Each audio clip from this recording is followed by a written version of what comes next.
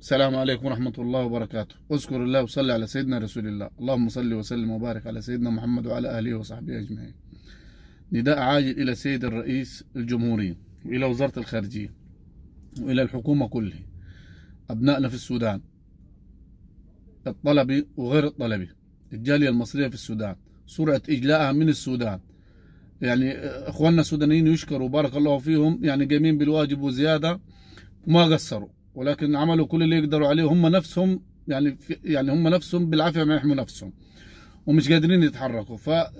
يعني بالله عليكم يعني وفروا للجاليات وسيلة تواصل تكون سريعة. اخترعوا لهم وسيلة تواصل، ايه هي مش عارف، يعملوا لهم على التليجرام موقع لينك كده مباشر، الناس تبقى متواصلة معاكم 24 ساعة، اتصال مباشر، خطوط، افتحوا خطوط. اذا ما فيش خطوط في السودان افتحوا خطوط في القاهرة، الخارجية في القاهرة، وتفتح لهم.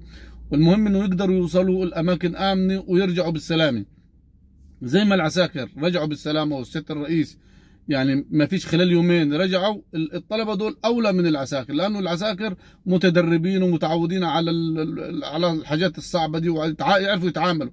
أما الطلبة دي يعني طلبة لسه صغيرين مش عارفين يتعاملوا. وبعدين ما يروحوا في أماكن البازات اللي هي بتنقلهم إلى القنصلية أو للمعبر ما فيش بازات.